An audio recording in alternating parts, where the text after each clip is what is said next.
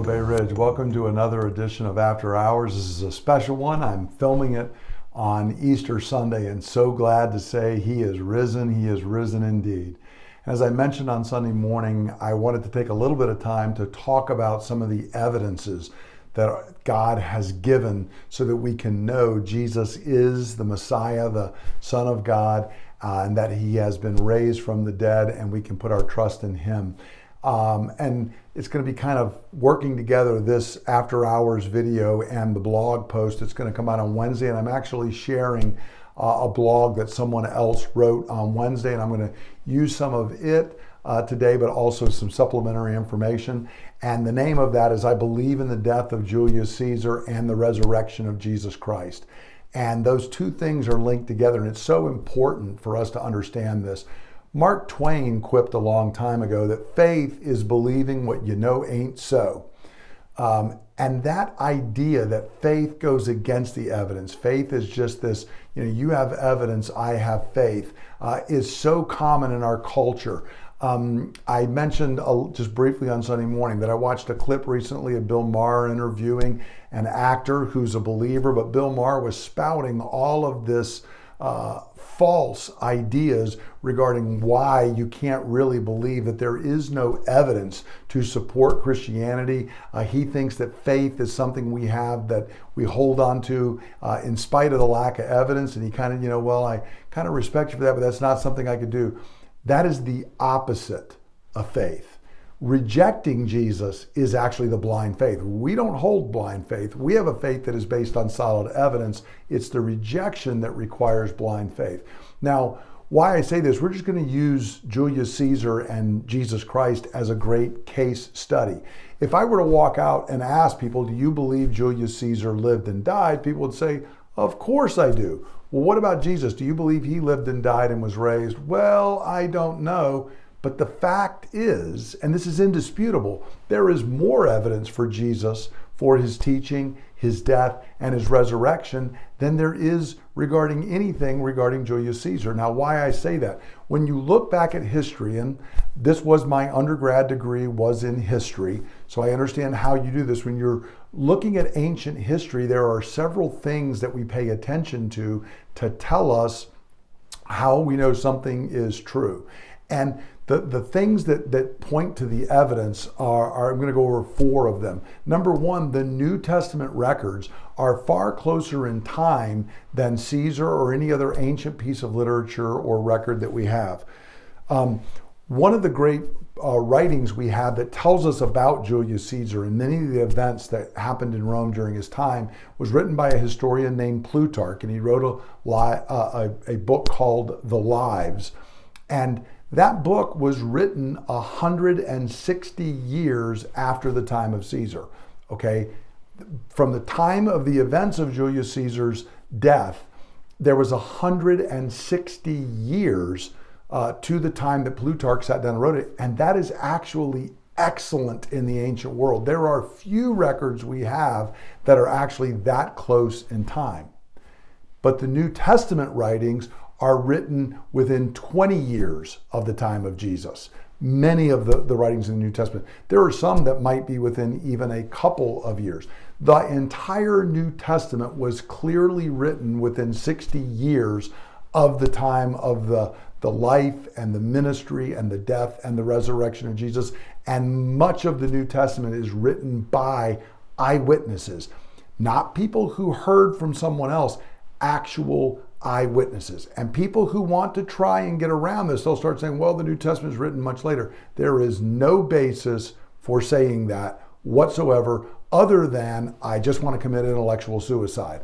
All the evidence points to the fact that this is eyewitness testimony we have in the Gospels and in the writings of Paul regarding the early days of the church and going back to the life, death, and resurrection of Jesus Christ. So number one, the New Testament records are far closer in time than any other source we have from the ancient world. If you can't believe in them, you can't believe in anything in the ancient world.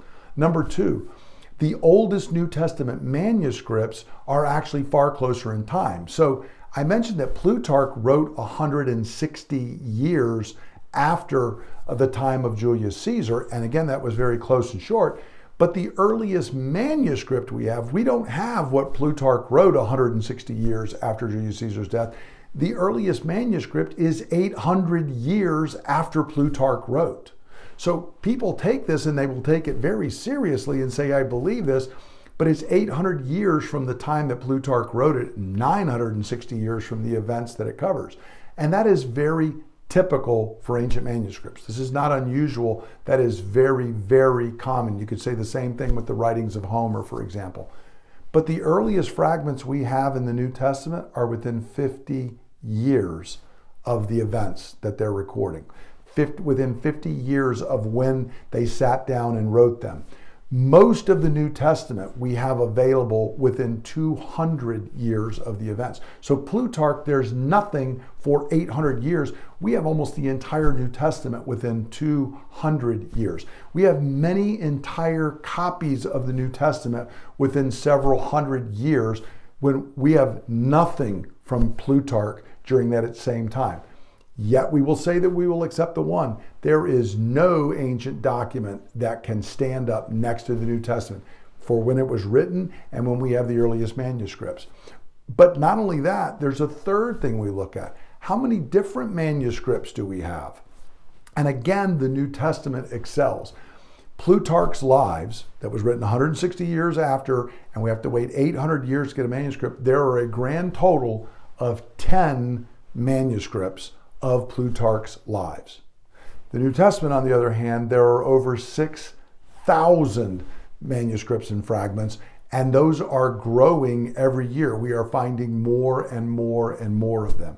Dan Wallace, who's one of the greatest living scholars of the early New Testament manuscripts and their transmission and everything regarding them. He's a phenomenal scholar of this. He has estimated that a stack of all the existing New Testament manuscripts would be taller than 4 Empire State Buildings on top of one another. That's how many manuscripts we have in the New Testament. On the other hand, the stack of the existing manuscripts of all ancient Greek literature, all of it combined, would be 4 feet tall. 4 feet versus 4 Empire State Buildings. The New Testament is the most well-documented ancient document we have by far. Written closer in time by actual eyewitnesses. The earliest fragments we have are far closer in time, and we have far more of those fragments. But there's another area that I want to bring up, which is the early eyewitnesses, the apostles and others. What happened to them for stating these beliefs? You see, sometimes people will say things because they think it's going to be in their benefit to do it, but that is absolutely not the case with the early eyewitnesses to the resurrection. The people who claimed that Jesus was raised from the dead were persecuted, were jailed, were eventually martyred for that belief. But here's the amazing thing. Of the original 12 apostles, and then you throw in Paul, they all suffered, were jailed, were martyred for their belief, and not one of them ever recanted. Not one of them, to save their skin, said, look, I was just kidding, we were making this up, but clearly time to give up on this. Chuck Colson, who became a well-known Christian, he was not a Christian when he was part of the Watergate scandal. And Colson for years mentioned the fact that in the Watergate scandal, you had a collusion coming together of many of the most powerful men on planet Earth. And as soon as the trouble started coming, they all, one by one, started sacrificing one another, giving up, breaking down. None of them could hold out under the pressure that was put on them. And yet, the New Testament was written by people who almost to a man were jailed, beaten, and martyred for their faith, and not one of them ever recanted. How could that possibly be? And friends, this is why we know about everything else about Jesus. Fleming Rutledge wrote, if Jesus has not been raised from the dead, we would have never heard of him. There were all kinds of itinerant preachers and people out doing things. The only thing that makes sense of why the faith survived, why the eyewitnesses were willing to be tortured and die to do it, is because the resurrection is true. We have more eyewitnesses, early copies of their documents, way more copies of their documents, and the historical record that none of them ever recanted.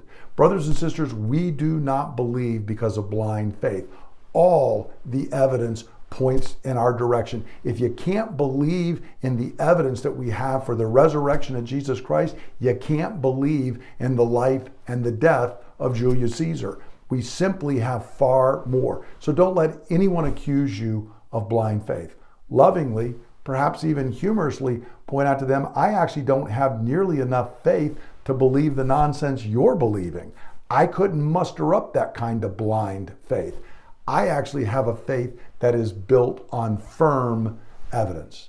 Again, I'm going to give a copy of a blog post that was about this that'll give some other information. Won't have everything I've just talked about. You can look at it. And we have a book in our library that you're welcome to take a look at that goes into more about this topic. It was written by a man named F.F. Bruce in the 1940s, and it's called The New Testament Documents, Are They Reliable? And Bruce goes through all of the evidence that was there in the 1940s, and the amazing thing is it's only become greater since then.